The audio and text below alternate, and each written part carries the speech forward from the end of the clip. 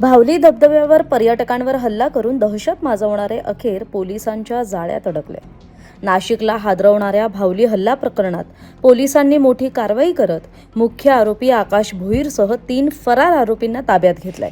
हल्ल्यानंतर आरोपींच्या शोधासाठी इगतपुरी, त्र्यंबकेश्वर, घोटी आणि ठाणे जिल्ह्याच्या हद्दीत विशेष नाकाबंदी, गस्त आणि शोध मोहीम सुरू होती.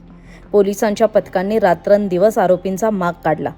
दरम्यान मुंडेगाव परिसरात गुन्ह्यात वापरलेल्या मोटारसायकलवर काही संशयित फिरत असल्याची गुप्त माहिती स्थानिक गुन्हे शाखेला मिळाली.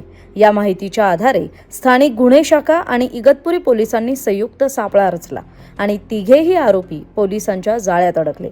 आरोपींना तातडीनं इगतपुरी ग्रामीण रुग्णालयात वैद्यकीय तपासणीसाठी नेण्यात आलं. तिथे तपासणी पूर्ण झाल्यानंतर त्यांना औपचारिक अटक करण्यात आली. भावली धबधबा परिसरातील पर्यटकांवरील हल्ल्यानंतर राज्यभरात संतापाची लाट उसळली होती.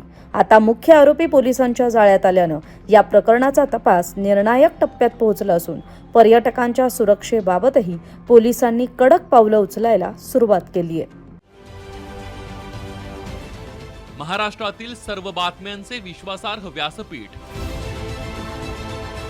सकाळच्या सर्व सोशल मीडिया प्लॅटफॉर्मला लाईक, फॉलो आणि सबस्क्राईब करा.